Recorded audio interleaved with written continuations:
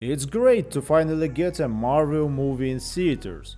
With all due respect and my interest in the Marvel Cinematic Universe, TV shows feels much weaker than feature films. Loki goes well, but if instead of Kang the Conqueror or some proper character there is one more Loki who turned out to be the trickiest of all Lokis, let's say the greatest Loki in the Dark Castle, then this series will also be a failure for me. But this is not the topic of today's video. First, I would like to tell you about my experience of going to the Black Widow movie in our small Russian cinema. If you want to go straight to the review of the film, then check the timecodes. And don't worry about spoilers, I will do a separate part with them and will definitely warn you before spoilers start.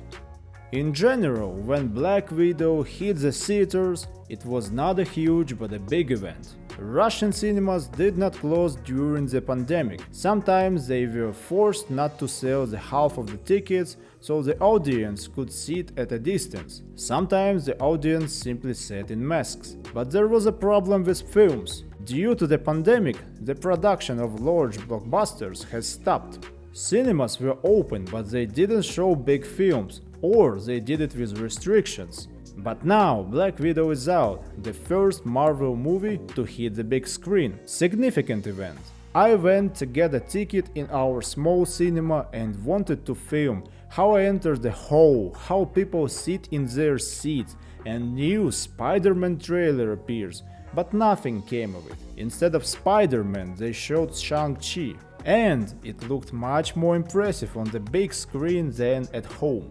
And yes, I couldn't properly film the whole on my phone because I was ashamed of the disapproving looks. I don't have enough experience of filming myself in public. And also, our cinema doesn't show the end credits, because the cleaners want to quickly pick everything up, so the end credits are cut out, and you don't need to wait for the scene after credits. They show it to you without waiting. It's convenient, but hardly legal. Before going to the theater, I lowered my expectations and was ready to see something like The Red Sparrow with Jennifer Lawrence. Those two movies have close viewership ratings in Russia. Critics immediately noted a bunch of stereotypes about Russians, and the plot itself is based on a female spy organization of assassins ready to kill and sacrifice themselves in the interests of dying Cold War policy. I had such a feeling in the first 10 minutes, but the film turned out to be far from about it. And this is very cool. Let's deal with the problem of stereotypes and move on. Yes, there can be no new film about Russians without mentioning Putin. Here, in the introduction, they at least shown him in a photo in his youth and hinted at his involvement in the organization of widows. Yes, there can be no new film about Russians without the constant drinking of vodka. But this tradition is also preserved in our own movies, so there is nothing to say about it. And yes, I'm not in a good position to criticize the exploitation of stereotypes, right? Do you know how I would briefly describe this film? Black Widow is a female version of Batman in the post-Soviet setting. It's even surprising how much Natasha's origin resonates with Wayne's story. Here are some symbols. Rachel Weisz, who plays Natasha's second mother, says something like, "Your pain only makes you stronger," which also says Bruce Wayne's father. And then Alfred, who became his second father. Only in other words, why do we fall? So we can learn to pick ourselves up. Natasha receives an external symbol that is fixed in her family. Those are fireflies, which they talk about at the beginning and which sparkle at the end. It is the fireflies that appear at the most decisive moments in the life of Natasha and her sister. Doesn't it look like anything? If Natasha became a firefly woman, then I would not even be surprised. Generally speaking, Natasha and Bruce are well-trained killers who refuse from the principle to go to the end and kill. They declare war on their organizations, almost kill leaders, But that is not enough. They lost their parents early and spent their lives constantly training and confronting criminal gangs. They live in the world of gods with superheroes, in the world of mutants and alien dictators with the ability to move in time. But Black Widow and Batman's only superpowers are their espionage and detective skills, military training and gadgets that give them an edge. And money, of course. Batman is stronger here. You can say that this kind of plot appears in many films, and you'd be right. I'm just pointing out the similarities. It's also funny that Matt Reeves' new film uses a song of Nirvana, just like Black Widow in the opening credits.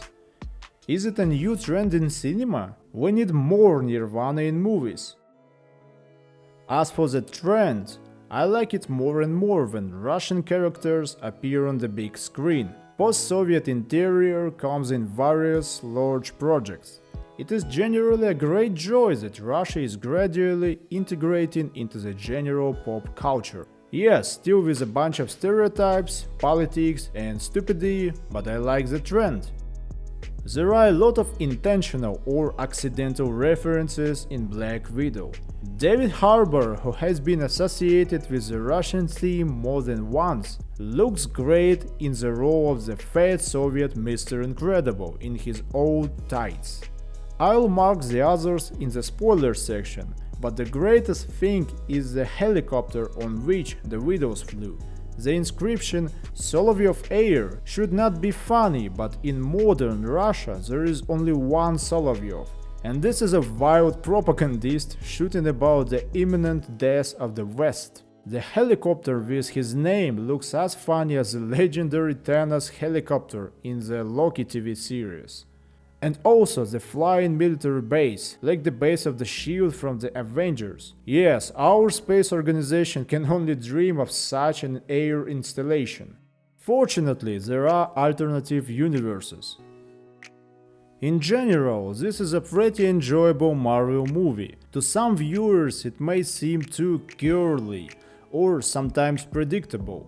I would even agree that this film should have been released about 5 years ago, when it was more relevant.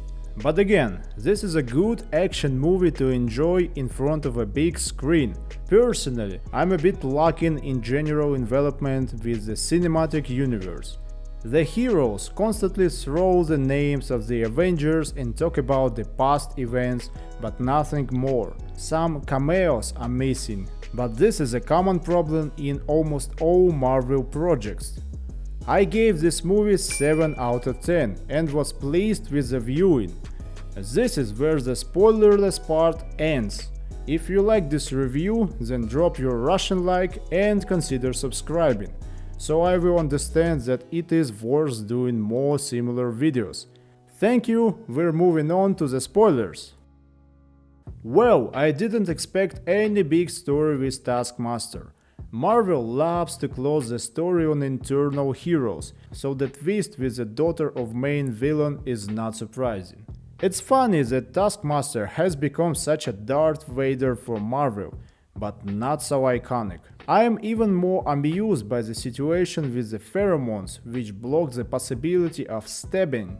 This is very similar to Robocop, if everything was not so stupid. Robocop was a cyborg with a programmed system that suppressed him. Natasha was not prevented from putting on a gas mask before the murder, and Melina knew this very well. She was the right hand of the organization, and she had those masks on her house. I understand they need it for the plot, but this is ridiculous. As I understand it, Lady Hydra is becoming the new Nick Fury for the upcoming big plot. Florence Pugh is coming to the fore and will clearly appear in the upcoming Hawkeye movie, in which we'll say goodbye to Clint Barton and see Kate Bishop. I would like to believe that this series will not be weak, although Loki still needs to be watched.